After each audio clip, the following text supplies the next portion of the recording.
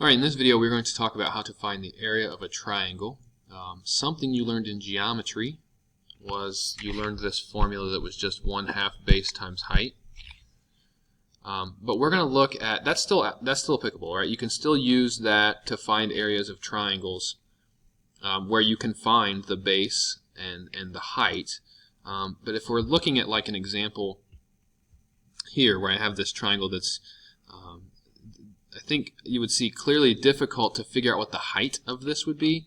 I can't use this slanted side right here as a height. So how would I find that direct height?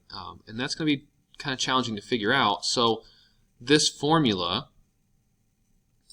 is not necessarily going away. We're just going to rewrite it so that we can say what this height would be without actually figuring out that height. And that's how we're going to use this formula. So we're essentially doing 1/2 base times height, but we've got to do some tricky things here to figure out what that height would be, because oftentimes it's challenging to figure out what that height is. So our formula is just going to be 1/2 AB sine theta. Now this is important. It's that we have side lengths A and B with included angle theta. So what that means is the angle in between the two side lengths. So a triangle has side lengths of 10 and 3 with an included angle of 120. So what that means is this is 10, this is 3, and the angle in between those, the angle that makes those up, is 120. Okay? That has to happen. Okay? It can't be that I have just another random angle. It has to be the angle in between the two side lengths that are given.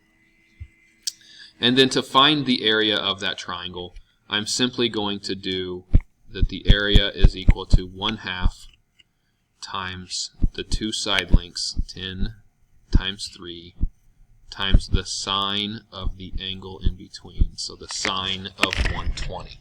Okay? And so to evaluate this, what we are going to do is I'm just going to go to Desmos.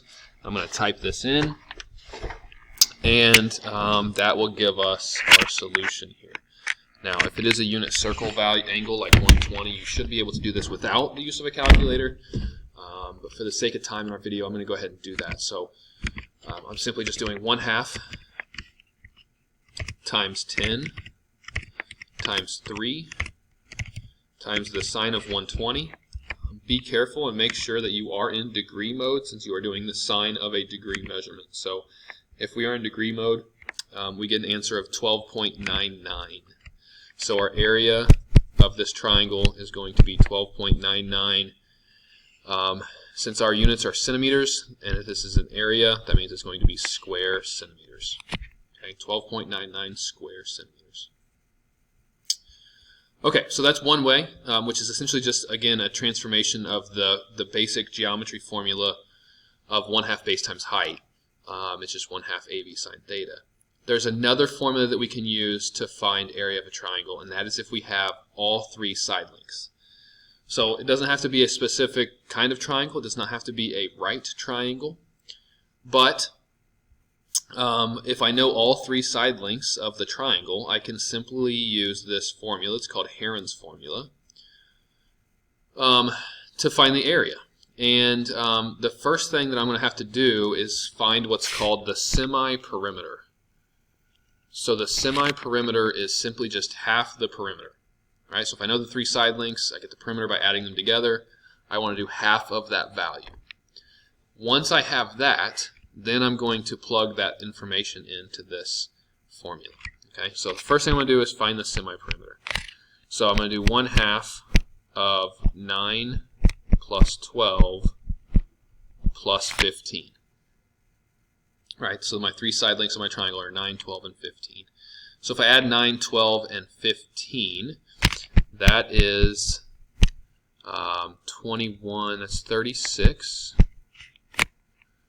Okay, and then half of that would be 18. So S is 18. Now I can use this formula that says that the area is equal to the square root of S, so that's 18, times, and then what you'll notice here, it's just S minus each one of the side lengths, right? So I'll write this out, but that's 18 minus 9, That's 18 minus 12, and that's 18 minus 15. Okay, just take your semi-perimeter and subtract each one of the side lengths from it.